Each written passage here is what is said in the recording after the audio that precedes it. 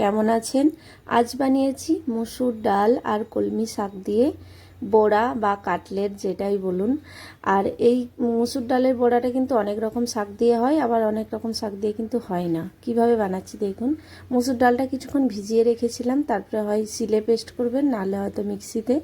শাকটা পরিষ্কার করে ধুয়ে নিয়েছি বাটির মধ্যে, একটা পাত্রের জায়গার মধ্যে। তার মধ্যে দিয়ে দিলাম হলুদ, দিয়ে দিচ্ছি জিরের গুঁড়ো, লঙ্কার গুঁড়ো, সব কিছু একটু একটু করে দিয়ে দেবো। আর একটু দিচ্ছি আদা রসুন পেস্ট, একটু লঙ্কা কুচেনো।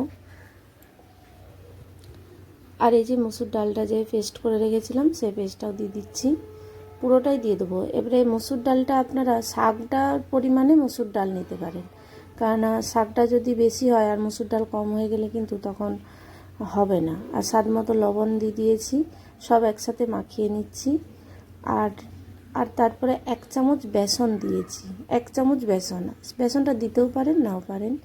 তেল যখন হালকা গরম হয়ে যাবে কড়ার মধ্যে, তখন এভাবে একটা একটা বড়া দিয়ে দিচ্ছি ফ্রাই করার জন্য।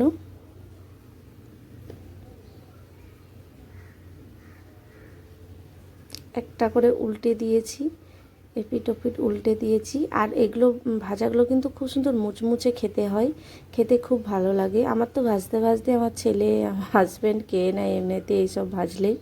তো খেতে সত্যিই খুব সুন্দর হয়, আপনারাও বাড়িতে বানিয়ে দেখবেন। আর এগুলো কুমড়ো শাক, তারপরে পুঁই শাক, কলমি শাক, পনকা শাক, এইসবই হয় বেশিরভাগটা বড়া। নমস্কার, ভালো থাকবেন।